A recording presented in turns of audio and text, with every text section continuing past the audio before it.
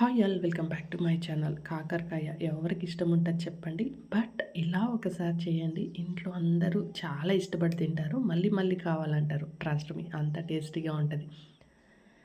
ఇక్కడ నేను 1/4 కేజీ కాకరకాయ తీసుకున్నా అండి. దాన్ని ఇలాగ రౌండ్గా చాలా సన్నగా కట్ చేసుకోవాలి. పల్చగా కట్ చేసుకున్నామంటే తొందరగా ఫ్రై అవుతుంది అండ్ తినడానికి కూడా చాలా బాగుంటాయి.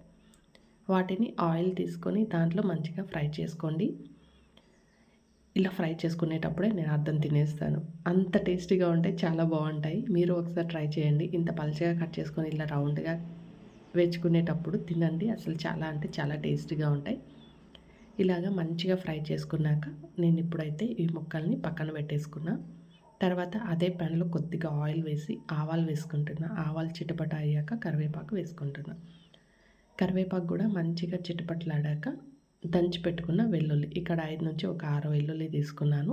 వాటిని మంచిగా దంచుకొని ఇలాగా వేసేసుకొని ఫ్రై చేసుకున్న తర్వాత ఇక్కడ ఒక పెద్ద ఆనియన్ తీసుకున్నాను. దాన్ని కూడా మంచిగా ఫ్రై చేసుకోవాలి, కలర్ చేంజ్ అయ్యే వరకు.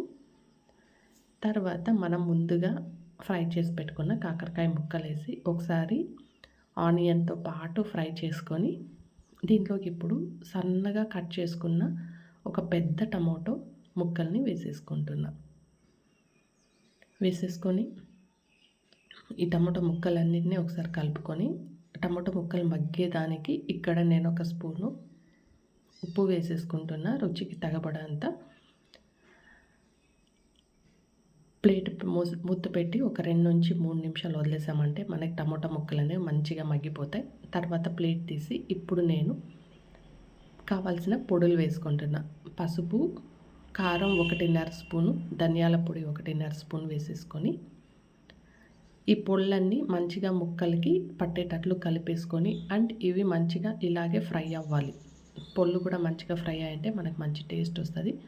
అందుకని ఇలాగ ఫ్రై చేసుకొని ఇప్పుడు మనకి ఎంత వాటర్ కావాలో అంటే ముక్కలు మునిగేంత వరకు వాటర్ వేసుకోండి. ఇక్కడ ముక్కలు మునగడానికి అనే దానికంటే 1 నుంచి 1.5 గ్లాస్ అంత వాటర్ వేసేసుకొని మంచిగా ముక్కలన్నిటిని కలిపేసుకొని ఇప్పుడు మూత పెట్టేసుకొని ఒక 5 నుంచి 10 నిమిషాలు చాలు. మీడియం ఫ్లేమ్లో ముక్కలు అనేవి మంచిగా మగ్గిపోతాయి. చాలా అంటే చాలా తొందరగా అయిపోతుందండి కర్రీ కూడా. ఇప్పుడు చూడండి నా ముక్కలన్నీ బాగా మెత్తగా అయ్యాయి. ఇప్పుడు నేను ముందుగా నానబెట్టుకున్న చింతపండులోని వాటర్ని తీసి వేస్తున్నా. కొద్దిగా పులుపు ఎక్కువ వేసుకున్నామంటే మనకి కాకరకాయ చేదు అనేది తగ్గిపోతుందండి. చింతపండు అయితే ఒక గోలీ అంత సైజ్ తీసుకున్నాను. దాన్ని నానబెట్టి ఆ వాటర్ వేసుకున్నా. ఇక్కడ నేను వేస్తున్నది బ్రౌన్ షుగర్ పౌడర్. ఈ ప్లేస్లో మీరు బెల్లం వేసుకోండి. ఇక్కడ 2 spoons of brown sugar powder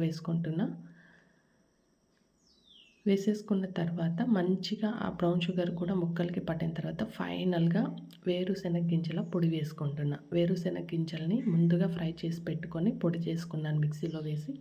ఆ పౌడర్ 2 స్పూన్లు వేసుకున్నా. ఈ వేరుశెనగ గింజల పౌడర్ వేయడం వల్ల కూరకి మంచి టేస్ట్ వస్తుంది అండ్ కూర కూడా మంచి చిక్కగా వస్తుంది. ఇప్పుడు చూడండి నాకు ఈ కాకరకాయ గొజ్జు అయితే రెడీ అయిపోయింది. చాలా అంటే చాలా టేస్టీగా ఉంటుంది. ఇలాగా వేరుశెనగ గింజల పొడిని వేయడం మాత్రం మర్చిపోకండి, చాలా టేస్టీగా ఉంటాయి కూరలు అయితే. ఒకసారి ట్రై చేయండి. ఇప్పుడు ఫైనల్గా వేసుకొని మంచిగా ఒక 1 మినిట్ చాలండి. ఈ వేరుశెనగ గింజల పొడి వేస్తేనే మంచిగా చిక్కబడిపోతుంది. ఒక 1 మినిట్ అట్లా సాట్ చేసి ఇంకా దించేసుకున్నామంటే మనకైతే కాకరకాయ గొజ్జు అయితే రెడీ అయిపోతుంది. మా ఇంట్లో పిల్లలకి ఒకటి పెద్దలకి ఒకటి అని ఏం చేయమండి, ఏది చేస్తే అదే తినాలి పిల్లలు కూడా.